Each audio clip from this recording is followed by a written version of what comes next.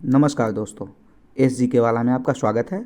मैं 10 प्रश्न का एक सेट लेकर आया हूं जो CDP यानी कि चाइल्ड डेवलपमेंट प्रोग्राम सीटेट के अभ्यर्थियों के लिए बहुत ही महत्वपूर्ण ये सीट रहने वाला है। तो दोस्तों, आज का पहला सवाल है, वह अवस्था जब बच्चा तार्किक रूप से वस्तुओं व घटनाओं के विषय में सोचना प्रारंभ करता है। दोस्तों, ऑप्शन ए है संवेदी प्रेरक अवस्था, ऑप्शन बी है औपचारिक संक्रियात्मक अवस्था, ऑप्शन सी है पूर्व संक्रियात्मक अवस्था और ऑप्शन डी है मूर्त संक्रियात्मक अवस्था। तो दोस्तों, जब बच्चा तार्किक रूप से वस्तुओं एवं घटनाओं के विषय में सोचना प्रारंभ करता है, ठीक है, तो उस अवस्था को बोलते हैं मूर्त संक्रियात्मक अवस्था, यानी कि ऑप्शन डी दोस्तों, मूर्त संक्रियात्मक अवस्था। अब मैं दूसरे सवाल की ओर। दूसरा सवाल है दोस्तों, बच्चे अपने सोच का सृजन स्वयं करते हैं, निम्न में से यह कथन किसका है। दोस्तों, ये कथन पूछा है कि बच्चे अपनी सोच का सृजन स्वयं करते हैं, निम्न में से यह कथन किसका है। ऑप्शन ए में है जीन पियाजे, बी में है स्किनर, सी में है पैवलाव और डी में है कोहलबर्ग। तो दोस्तों, कहता है कि जब बच्चे अपने सोच की सृजन स्वयं करता है ना, तो यह कथन जो दिया था वो जीन पियाजे ने दिया था। जीन पियाजे, यानी कि ऑप्शन कौन हो जाएगा दोस्तों, ए, तो जीन पियाजे। तीसरा सवाल की ओर आगे नेक्स्ट कहता है दोस्तों, प्रश्न 3 कि किसी बालक में तर्क के आधार पर सोचने की क्षमता के विकास के लिए आवश्यक तत्व कौन सा है। यानी कि दोस्तों, बोल रहा है कि किसी भी बालक के लिए जो है तर्क के आधार पर सोचने की क्षमता के विकास के लिए आवश्यक तत्व कौन सा है। ऑप्शन ए में है दोस्तों भाषा संप्रेषण में निपुणता, बी में है असीमित कल्पना शक्ति, सी में है बालक के समक्ष अनेक समस्याएं और डी में है उसकी बोलने की गति। तो दोस्तों, बालक में अगर तर्क के आधार पर जब सोचने की क्षमता का विकास होता है तो उसके लिए आपको पता होना चाहिए दोस्तों कि बालक जब अनेक समस्याओं के समक्ष होगा, ठीक है, तब उनके इसके अंदर जो है सोचने की क्षमता डेवलप होगा। तो दोस्तों, ऑप्शन नंबर सी। चौथा सवाल अगर हम देखेंगे आगे, चौथा सवाल दोस्तों कुछ टेक्निकल प्रॉब्लम की वजह से नहीं हो पाया, तो 5 आगे बढ़ते हैं।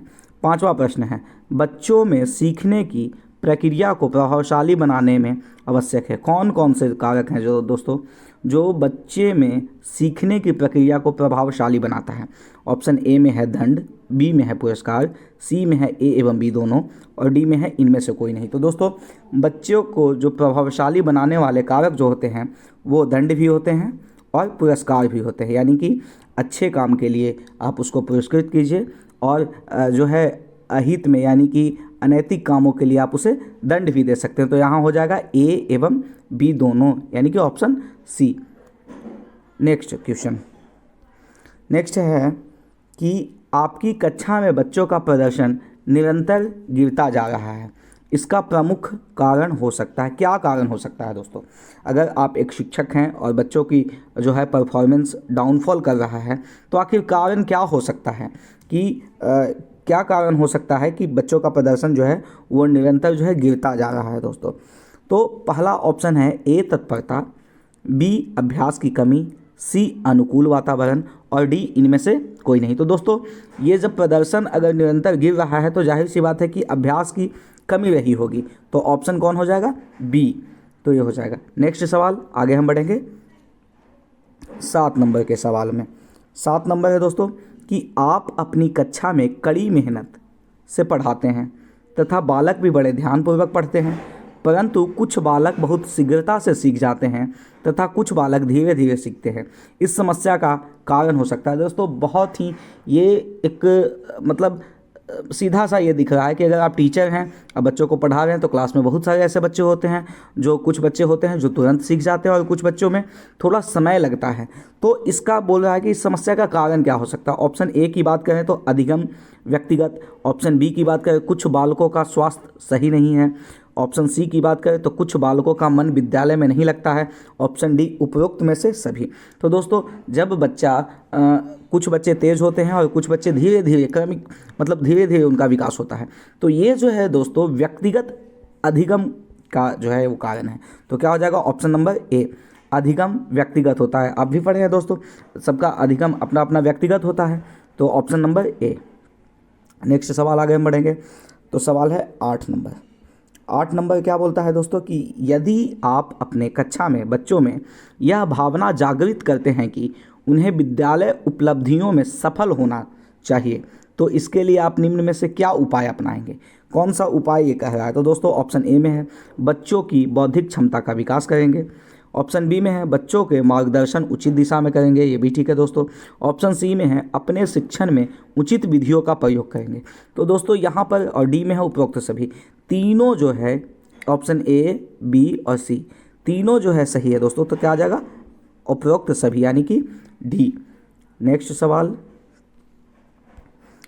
9 नंबर का जो सवाल है दोस्तों, एक शिक्षक को बच्चों को सिखाते समय ध्यान देना चाहिए। अगर आप टीचर हैं तो किन किन चीज़ों पर आप बच्चों को ध्यान रखेंगे।